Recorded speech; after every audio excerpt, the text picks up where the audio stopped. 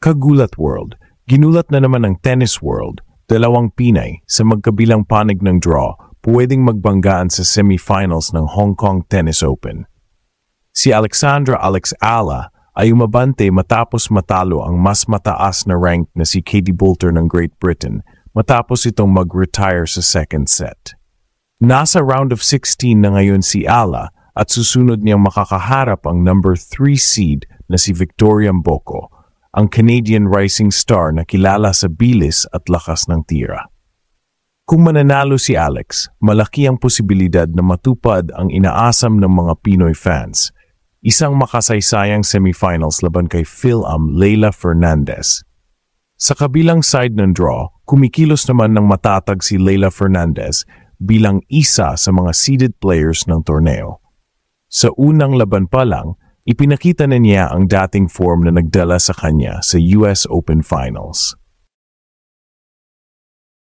Kilala si Leylah sa fearless baseline play at agresibong returns, mga sandata na nagpapanatili sa kanya sa top tier ng women's tennis. Kung magpapatuloy ang winning streak nila pareho, tiyak na magsasagupaan sila sa semifinals, isang laban na siguradong magpapainit sa buong tennis world. Pero higit pa ito sa isang ordinaryong laban. Simbolo ito ng bagong henerasyon ng mga Pinay na kayang sumabay sa pinakamagaling sa mundo. Para kay Ala, ito ay pagkakataong tumaas ang WTA ranking at magpundar ng kumpiyansa para sa kanyang Grand Slam ambitions. Para kay Leylah, ito naman ay sandaling patunayan na kahit ilang taon na sa pro circuit, patuloy pa rin siyang umuunlad at lumalaban. Kaya tanong ng lahat ngayon, kung magkatapat nga sila sa semifinals, sino ang mananaig? Ang batang Tigre mula Maynila o ang Phil-Am Warrior na minsang nagpayak sa US Open crowd? Isa lang ang sigurado, kapag nangyari ito, buong mundo na naman ang mapapamangha sa tapang at puso ng mga Pinay. Dalawang Pinay ngayon ang gumigising ng ingay sa mundo ng tennis. Si Alex Ala mula sa Pilipinas at si Phil-Am Leylah Fernandez mula Canada. Parehong kasali sa Hong Kong Tennis Open at kung mananalo sila sa kani-kanilang mga laban, posibleng magharapan sa semifinals. Isang tagpong magpapatigil sa puso ng mga Pinoy fans sa buong mundo. Si Alex Ala, ang 20 anyos na tennis prodigy mula sa Maynila ay nagpakitang gilas agad sa unang round nang talunin si Katie Boulter ng Great Britain, isang mas mataas na rank na player, matapos itong mag-retire sa second set.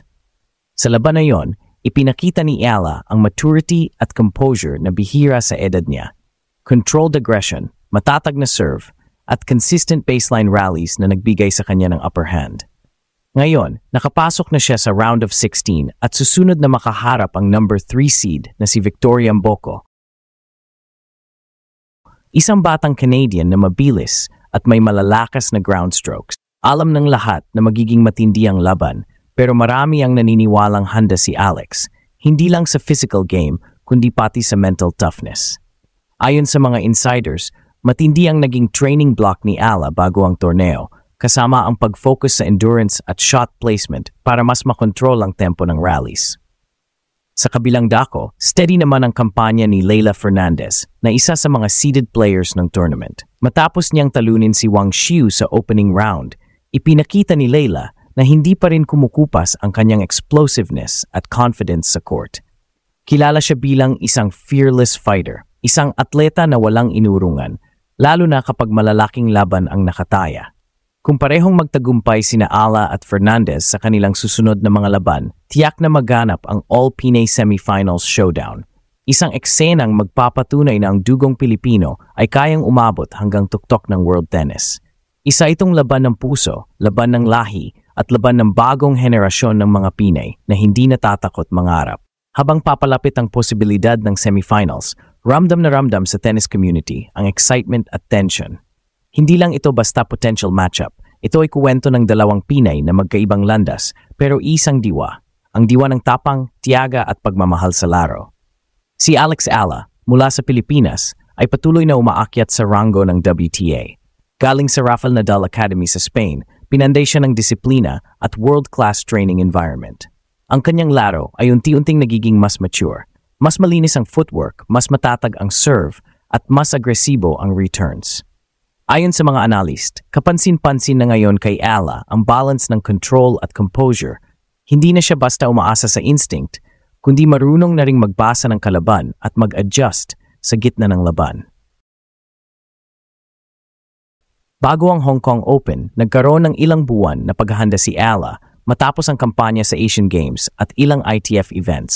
Ayon sa mga ulat, pinagtuunan niya ng pansin ang shot variation at court coverage, dalawang aspeto na critical kapag nakasabay na niya ang mga top 100 players sa mundo. Kaya't kung malampasan niya si Mboko, malaking hakbang ito hindi lang para sa kanyang career, kundi para sa Pilipinas na matagal nang naghihintay ng consistent WTA presence mula sa isang homegrown athlete. Sa kabilang panig, Leylah Fernandez, ang film sensation, ay matagal nang kilala sa tennis world bilang isa sa mga pinakamatinding competitor.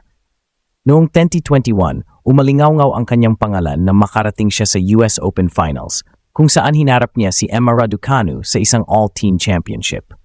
Mula noon, patuloy siyang naglalaro sa WTA Tour, dala ang karanasan, pressure, at maturity na bihira sa edad na 23.